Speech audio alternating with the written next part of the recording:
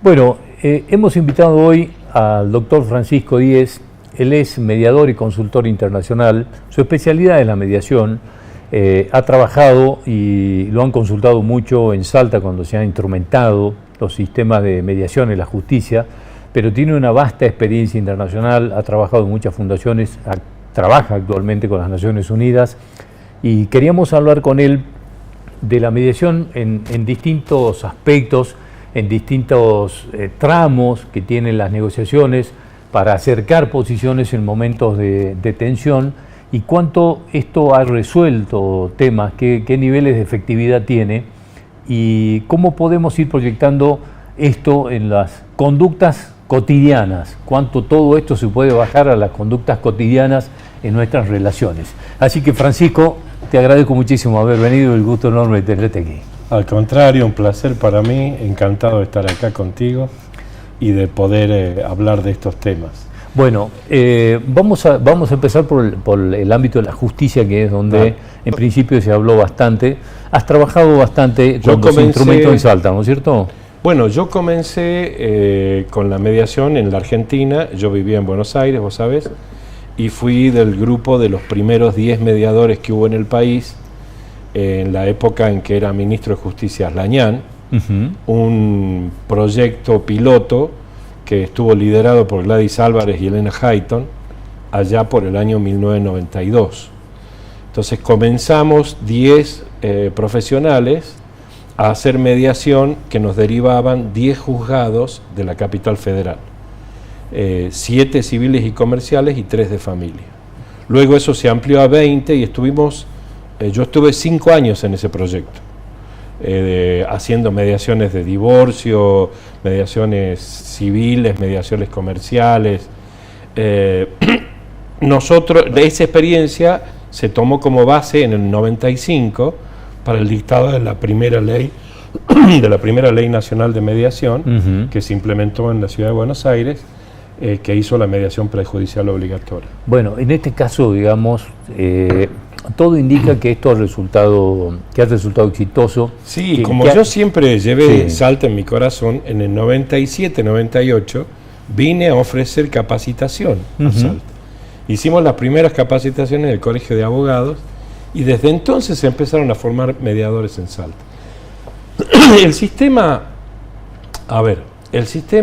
fue planteado como un sistema para acelerar las causas que en la justicia estaban durmiendo durante años. ¿Sí?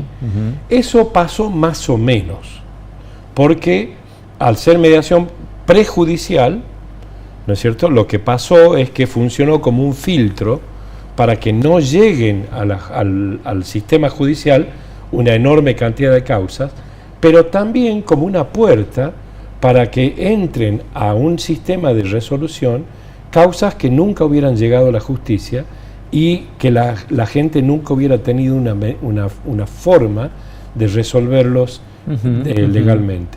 Entonces, por eso es que al cabo de unos años, Elena Hayton en la Corte de Justicia creó el sistema de acceso a justicia, y por eso es que muchas veces la mediación se pone bajo el paraguas de acceso a justicia, porque es una puerta por la cual se pueden tramitar conflictividades que jamás serían atendidas por el sistema judicial. Entonces son las dos cosas. Bueno, y en este caso, digamos, ¿qué resultados después de todo esto, digamos, de aquellos inicios hasta aquí? Bueno, mira, hay un indicador clarísimo, ¿no? En el 95, cuando se aprobó la ley en Capital, fue por un año. La Cámara Civil de la Capital aprobó la implementación de la ley por un voto y porque era transitoria por un año. Los colegios de abogados se opusieron a la ley. Luego de ese año de implementación, diciendo que le sacaba trabajo a los abogados, que eso no era un procedimiento que estuviera arreglado. Yo personalmente, como miembro del Centro Piloto, fui a hablar a los colegios de abogados de casi todo el país, tratando de mostrar que la mediación es simplemente un instrumento adicional que sirve para abrir una nueva oportunidad a la gente que tiene un conflicto, y que por ahí en el sistema judicial no se anima, o es muy largo, o es muy caro, ¿no es cierto? Y entonces no se puede tramitar judicialmente. Bueno, al año siguiente, los colegios de abogados mandaron una nota al Congreso pidiendo por favor que se prorrogue la ley de mediación, claro, y la Cámara Civil por unanimidad apoyó la prórroga del sistema, y desde entonces sigue. Y se fue extendiendo a distintos lugares en la provincia. Acá hubo una ley de mediación temprana.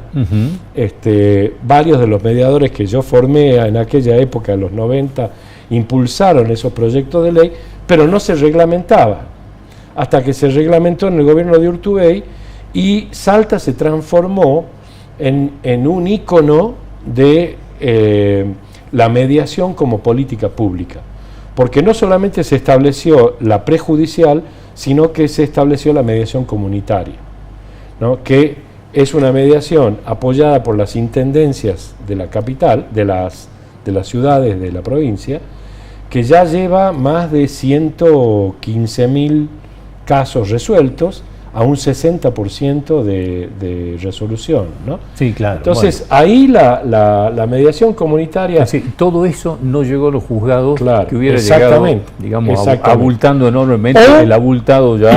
Claro, o se le hubiera negado la posibilidad de resolver el conflicto a la gente porque a la justicia no llegaba. Sí, claro, sí, ¿no? Sí.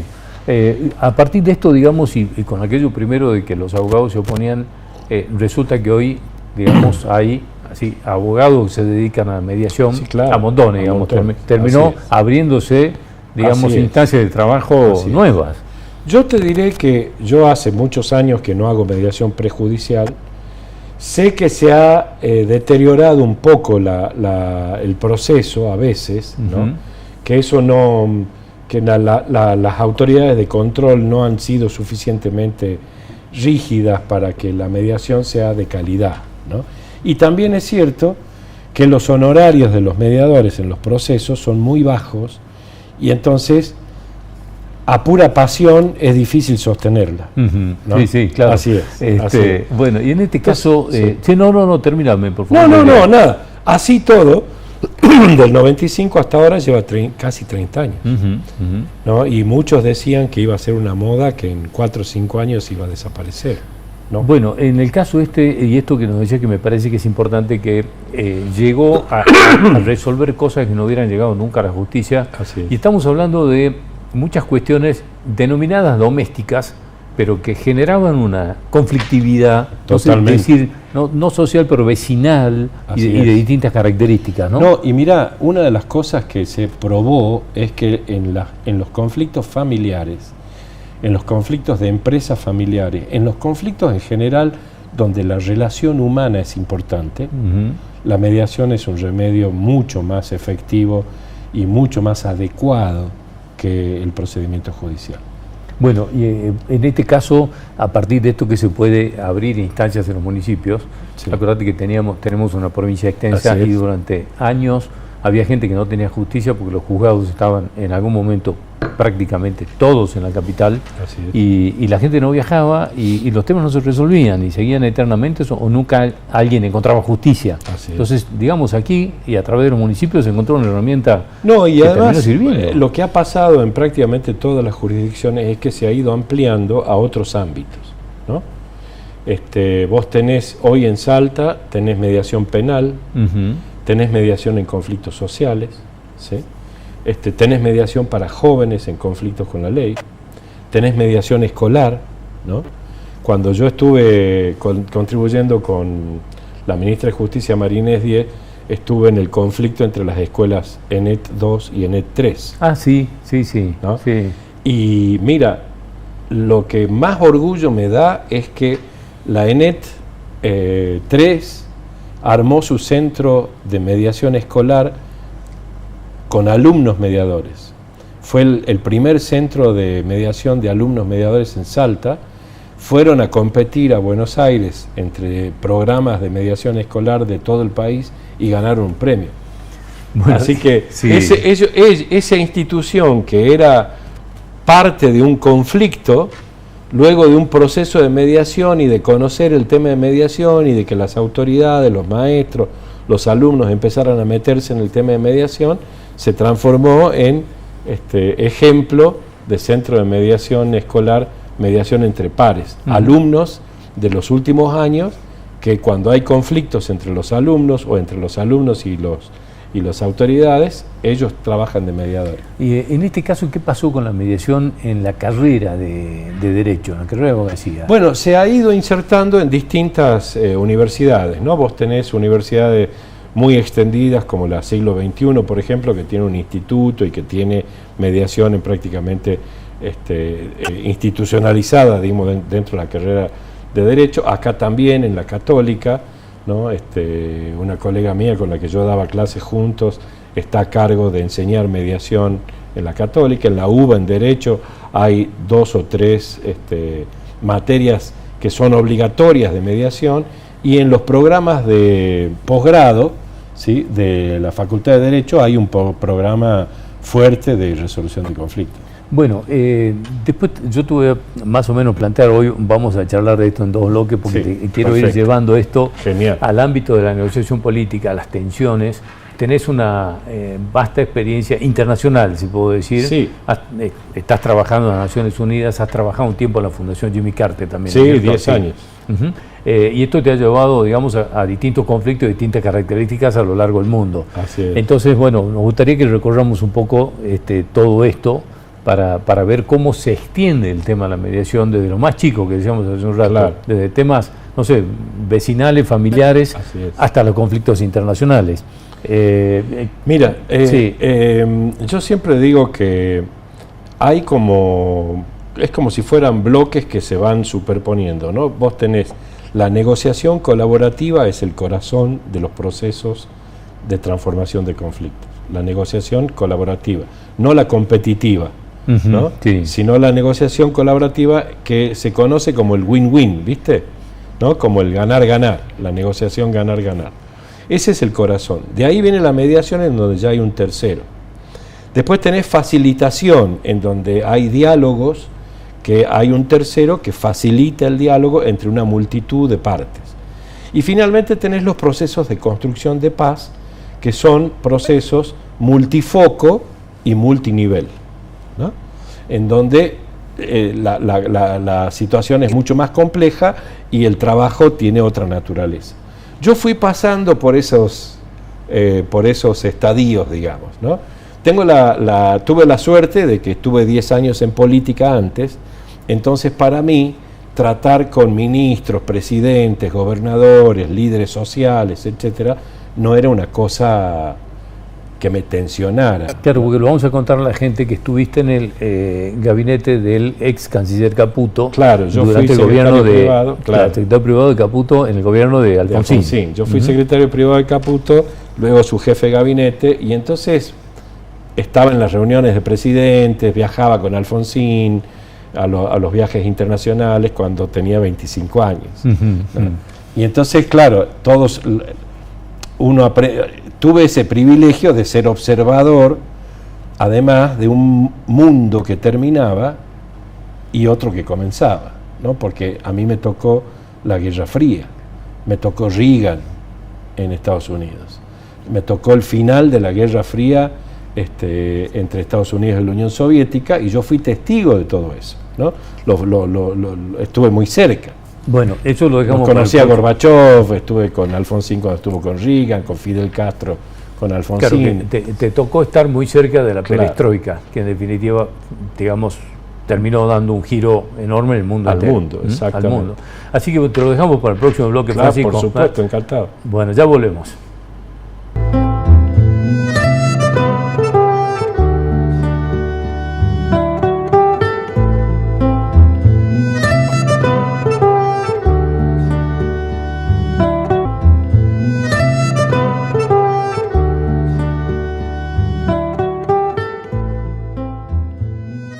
Bueno, seguimos esta charla con el doctor Francisco Díez. Él es consultor y mediador internacional y nos ha planteado un panorama un poco de la relación de la mediación con la justicia, y me quiero meter y conocer un poco todo lo que es su experiencia internacional en el tema de la mediación, en el tema de la mediación política. y lo voy a llevar a un terreno que me gusta porque lo hablamos en alguna otra oportunidad, que es el tema de qué pasa en las relaciones personales, qué pasa con las relaciones personales en las mediaciones. Así que primero contame, Francisco, qué cosas te ha tocado, en qué conflictos te ha tocado trabajar y que te hayan llevado por distintos lugares del mundo. Sí, bueno, yo fundamentalmente me concentré en América Latina, ¿no? Que es la región que conozco, que tenía experiencia. Estuve 3 años viviendo en Venezuela como representante del Centro Carter en la mediación entre Chávez y la oposición política entre el 2002 y el 2005, ¿no?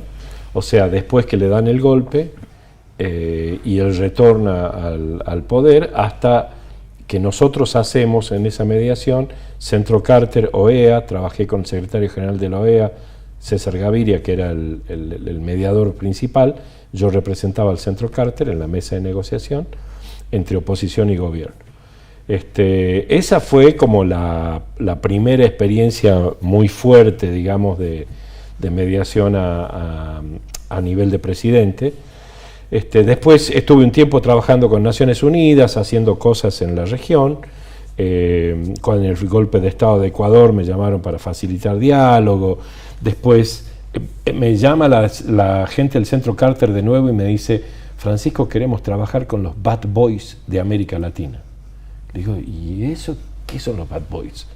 Y me dice: Evo Morales en Bolivia, Hugo Chávez en Venezuela, Rafael Correa en Ecuador y Daniel Ortega en Nicaragua. Sí, eso es lo que quiero. Bueno, y estuve allí trabajando esos años, monté un programa en Bolivia del Centro Carter con un colega mío de Buenos Aires. Trabajamos ahí, fui con Jimmy Carter a visitar a Evo Morales. Todas las organizaciones estadounidenses fueron echadas de Bolivia por Evo Morales, menos la Fundación Carter y el programa que nosotros hicimos, y bueno, fuimos ahí haciendo algunas cosas interesantes. Pero lo más fuerte para mí, lo que me absorbió, fue el conflicto entre Ecuador y Colombia. Yo lo vi venir y entonces armamos un grupo binacional de diálogo con ciudadanos de Ecuador y ciudadanos de Colombia, y cuando comenzamos a trabajar con ese grupo, después de la primera reunión, rompieron relaciones Ecuador y Colombia y tuve que hacer la mediación entre Rafael Correa y Álvaro Uribe, 2 personas de un carácter que ni te cuento, ¿no? Sí. Muy, muy fuertes ambos, y la verdad que fue uno de los trabajos más tensionantes e intensos que hice como mediador, pero muy satisfactorio porque llegamos ayudamos a que retomen relaciones a nivel de encargados de negocios, y cuando Santos gana la presidencia en Colombia, esa relación yo facilito para que esa relación mejore, y tienen las mejores relaciones Correa de izquierda, Santos oligarca de derecha, digamos. Tienen las mejores relaciones que jamás hubo entre Ecuador y Colombia. Bueno, pero aquí déjame que aquí te quiero llevar al terreno, claro, de las relaciones personales. Ajá. En el mundo de las mediaciones, porque aquí hay una anécdota que ya me la contaste en otra oportunidad, que es que en algún momento de estas negociaciones tensas entre Ecuador y Colombia, apareció un tema personal, como para acercar personal. Y aquí te quiero preguntar, ¿cómo juegan esto, como vos decías, las personalidades? Digamos, porque muchas veces uno supone que en un conflicto de esas características todo es diplomático, todo tiene que ver con los intereses, y cuando hablabas recién y hablabas de la personalidad de cada uno, ¿cuánto juega todo esto en la posibilidad de la resolución de un conflicto? Es crucial. Uh-huh. Es lo más importante de todo. Mira, yo aprendí trabajando en esos contextos tan diferentes que lo esencial son las personas. El conflicto lo crean las personas, lo sostienen las personas, y solo lo pueden resolver las personas. Entonces uno tiene que trabajar con esas personas, entender cómo funciona su mundo, cómo está mirando la realidad, y lo que uno puede ayudar a cambiar es precisamente eso, cómo la persona está mirando la realidad. Porque como tú miras la realidad, actúas. No como es la realidad, sino claro, como la miras. ¿No? Entonces, el trabajo que hacemos como mediadores es, en ese trabajo es muy, muy importante poder llegar a entender a las personas con las que estás trabajando. Y los presidentes son unos personajes muy particulares. Sí, ¿no? Sí, hablamos en términos generales. En términos generales, todos los presidentes, ninguna persona llega a ser presidente si no tiene alguna cosa muy particular, ¿no? Y personalidad entonces, fuerte, egos, etcétera. Sí, etcétera, exactamente, ¿no? así es. Y bueno, cuando uno trabaja con ellos, como un tercero en un conflicto, ¿no? Hay que encontrar la manera por la cual ellos pueden hacer ese cambio, ¿no? Ahora, los políticos tienen una ventaja.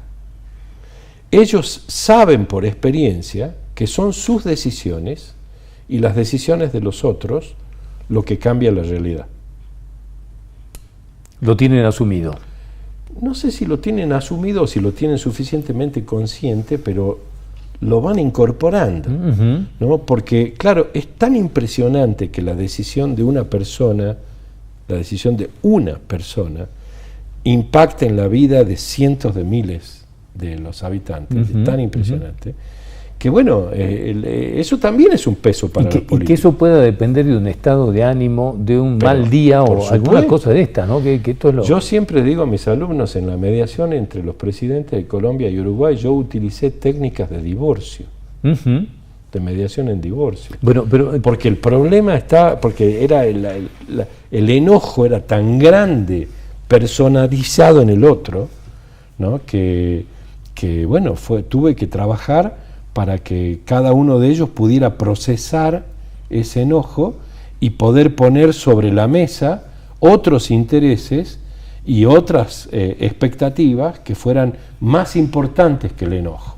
Y en este caso, a ver si lo puedo resumir en esto y vos me contás la anécdota, se terminó resolviendo con un papel escrito a mano personalizado.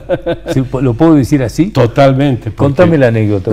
Mira, el tema es que gana Santos la elección después de Uribe y yo me encuentro con Correa, el presidente de Ecuador, y Correa me dice, este tipo es peor que Uribe, este era el ministro de Defensa en el momento que bombardearon en mi territorio, ¿qué vamos a hacer? Y le digo, no, presidente, no, le digo, ya va a ver, esto es distinto, ya.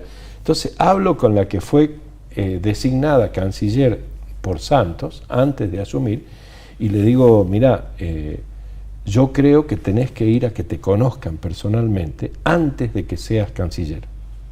Yo te arreglo una reunión. Y entonces ella, María Ángela Holguín, va a Ecuador y se junta con el canciller de Correa, con el ministro de Defensa, unas reuniones que yo le había armado, pero antes de que vaya, el canciller de Ecuador me dice, bueno, mire, el presidente Correa está dispuesto a ir a la asunción del presidente Santos si recibe una invitación personal. Entonces yo le digo esto a alguien muy contento y ella me dice, no, mira, no se invita a los presidentes, o sea, están todos invitados de hecho. Además, el acto de asunción lo maneja la Cancillería, que es la Cancillería de Uribe, todavía no es la Cancillería de Santos. Le digo, bueno, no sé, resolverlo de alguna forma. Entonces ella, cuando llegue a Ecuador, me dice, ya tengo. Se sienta con el ministro y le da una carta manuscrita de Juan Manuel Santos, dirigida a Correa. Señor presidente, sería para mí un honor que usted asistiera, qué sé yo. Cuando Correa finalmente va a la asunción de la presidencia de Santos, y Santos jura como presidente, termina el juramento, lo mira a Correa fuera de protocolo y le dice, presidente, por favor, me acompaña a mi despacho. Nadie sabía qué pasaba. Lo lleva al despacho a Correa y Santos le entrega 2 valijas con todas las computadoras incautadas en la operación que se había hecho por tropas colombianas en territorio ecuatoriano, ¿no? cosa que Uribe le había negado a Correa durante todo el tiempo del conflicto, diciendo que ahí había información que mostraba la conexión entre el gobierno de Correa y la guerrilla de la FARC. Bueno, digamos, principio de la solución. Se terminó. Fin del conflicto. Ahí se terminó el conflicto. A partir de ese momento, Ecuador y Colombia tuvieron las mejores relaciones por 8 años. Una invitación informal, manuscrita, casi personalizada. Totalmente personalizada. Terminó esto, ¿sí? Relaciones humanas. Relaciones humanas 100%. Y aquí viene la pregunta que te quiero traer a la Argentina, a partir de esto que decías hace un rato, respecto de la personalidad de los presidentes, que tenemos un presidente muy particular, digamos. Muy particular. Y bueno, quiero acudir a tu experiencia para ver cómo estás viendo vos esto, porque nos hemos peleado con España, por lo menos con el gobierno de España. México, Brasil. Con México, ahora Brasil, antes Chile. de ayer en estos días con Chile y después Bolivia. Sí. Digamos, Sí. ¿qué es esto? Digamos, ¿cómo Mirá, estás leyendo y cómo estás viendo esto? Yo creo que, a ver, la política tiene la ventaja de que, digamos, las cuestiones personales son muy relevantes, pero es mucho más relevante la cuestión política, ¿no? Y eso yo creo que también lo incluye a Milei. ¿En qué sentido? A ver, yo tuve una larga conversación con Guillermo Francos antes de que asumiera, me llamó diciéndome, me dijeron que sos el primer mediador de la Argentina, con Milei vamos a necesitar mucha mediación, ¿no? Y le dije, bueno, sí, hablemos, qué sé yo, charlamos, pero al final Guillermo Francos es el que está haciendo todo el trabajo de negociación que Milei necesita. Sí. Ok, yo creo que, digamos, no es bueno, una personalidad como la de Milei no es buena para las relaciones internacionales. Los presidentes tienen un ego muy grande. Una vez que se sienten ofendidos personalmente, después es difícil volver de ahí, y eso puede generar conflictos políticos que afecten al país, ¿no? Pero también es cierto que los otros presidentes son políticos curtidos, ¿no es cierto? Y también saben que las relaciones personales son importantes, pero las relaciones políticas son más importantes. Entonces, ahí hay un balance, ¿no? Yo creo que no es bueno. Yo creo que Milei lo hace porque eso de alguna manera fortalece la imagen que a él lo llevó a ganar, ¿no? Pero me parece que tiene patas cortas. O sea, me parece que es un recurso que él no va a poder seguir utilizando in eternum. Es decir, esa disrupción que utilizó para esa disrupción y esos calificativos ofensivos, ¿no? Con respecto a los otros o a la situación de los otros, después se vuelven en contra. Bueno, hablaba del tema de las ofensas personales, y Así Lula, digamos, en estos últimos días cuando contesta habla como de una ofensa personal, ¿no? Claro, Está me tiene que pedir perdón a mí y a Brasil, dice. A ver, vos debés haber escuchado ese comentario de Mujica refiriéndose a Cristina Kirchner, diciendo, ¡ay, esta loca es peor que el tuerto! Sí, ¿no? sí, claro, sí. Bueno, todos los presidentes tienen esas cosas personales. Cuando se juntan, es una coreografía de egos. Había un amigo mío que hacía las cumbres de la OEA, ¿no? Y le digo, pero ¿cuál es tu trabajo? Yo soy administrador de egos.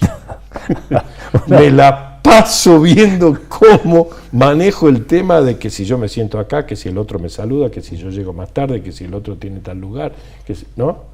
Esas cosas son cosas de los presidentes, que yo las he visto, y para muchos de ellos estas cosas personales son vitales, ¿no? Francisco, te agradezco enormemente. Me he quedado sin tiempo, lamentablemente seguiría charlando un placer. in eternum, como dijiste hace rato, pero bueno, te agradezco mucho porque nos ayudas a entender un poco todo este mundo de tensión y conflictividad, que nos ayuda a pensar que en algún momento se pueden encontrar algunos puntos que bajen, ¿no? La tensión un poco. Lo importante es meter energía positiva. Eso es lo que hay que hacer. Gracias por venir, Francisco. Al contrario.